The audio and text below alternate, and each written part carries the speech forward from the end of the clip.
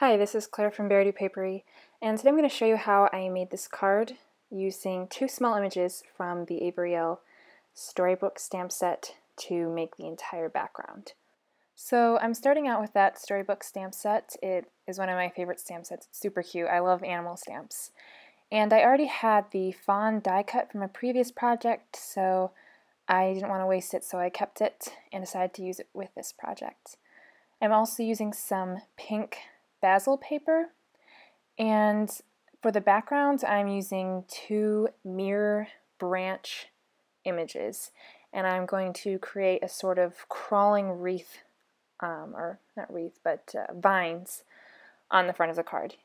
Before I stamp them using Versamark on the front of my card, I'm going to use the EK Success embossing powder tool and just cover the front of my card with the powder so that the embossing powder that I'm going to go over the images with doesn't stick anywhere that I don't want it to stick.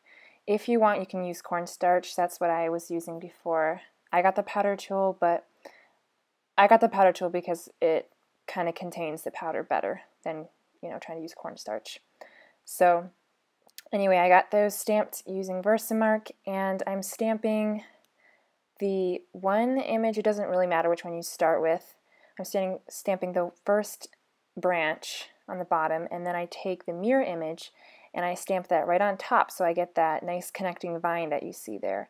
And once I stamp the second branch, I go ahead with the first one that I stamped below that one, and I just keep stamping them over and over until I get the vine.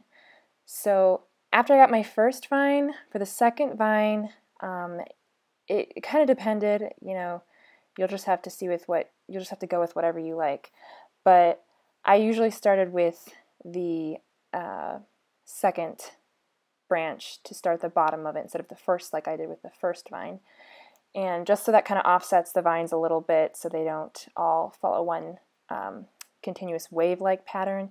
But if you wanted to go for a wave-like pattern, you could just stamp the vine in a more regular pattern. So now that I've got all that embossed, I'm just going over with a cheapy paintbrush to brush off the extra powder. I find that the powder tool does leave some powder. No matter how hard I try to brush it off, it does leave some extra powder on the card. But you can't tell unless it's black cardstock. With black cardstock, it's depending on how true the black is. The black will, at least I find the black will usually be a little bit lighter after you use the powder tool.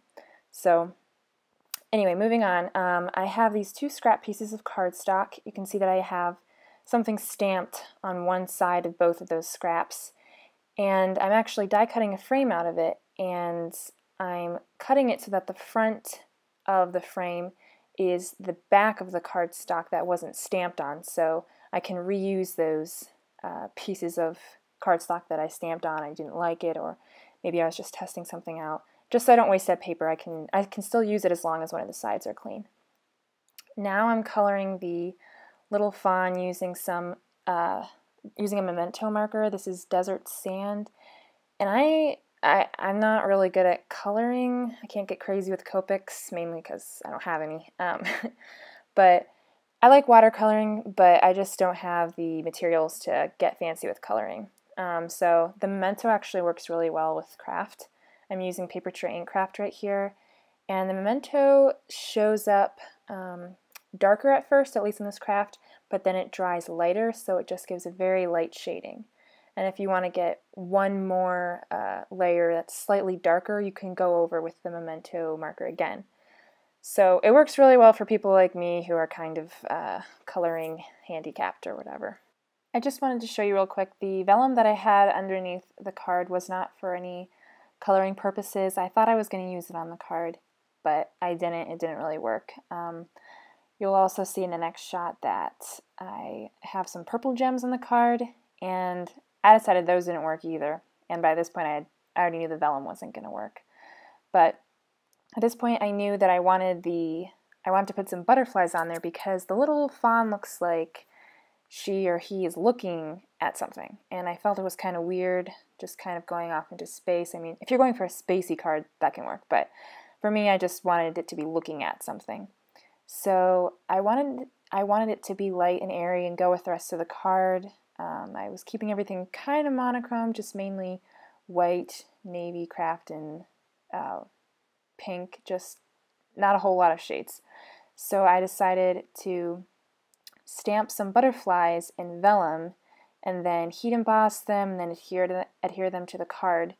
But the vellum wasn't showing up as well as I wanted it to. So once I heat embossed it, I actually went ahead and took a distress ink marker and colored the back of the vellum with some pink just so it matched the card a little bit better.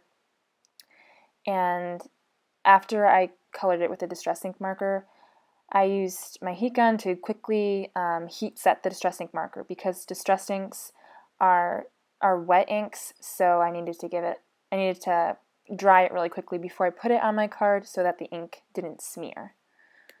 Once I got the butterflies embossed and colored and heat set, then it was time for me to adhere everything. And you saw that I had everything kind of in place. I don't actually usually adhere elements onto a card until I'm sure where pretty much everything on the card is going to go. So now is where I'm adhering everything before I just had it lightly placed on there. So I adhered the navy circle down, and for the frame I wanted to give it a little bit of dimension.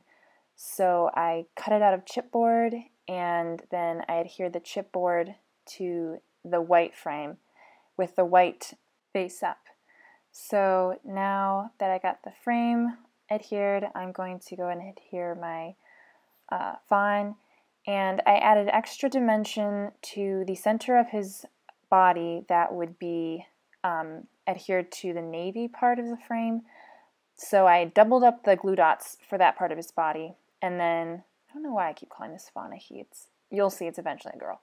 But anyway, but for the part of the fawn that is actually adhered to the frame, I only use one glue dot because the frame is already raised up a little bit because of the chipboard. So to make sure that everything's even, I have to give extra adhesive to the part of the fawn that is adhered to the navy since it's not popped up, and then less adhesive to the popped up part of the fawn. And now I'm just adhering the butterflies with some Tombow Mono Multi Glue. I can't believe I didn't mess saying that up. Every time I hear Christina Warner or Laura Basson say it, I don't even know how they don't trip over that word. I'm just going to call it Tombow Glue from now on. If you see me using it, I'm not going to use the whole thing. I can't. I'm not as clear speaking. So anyway, that's pretty much the card, and I hope you enjoyed. Thanks for watching. God bless. Bye.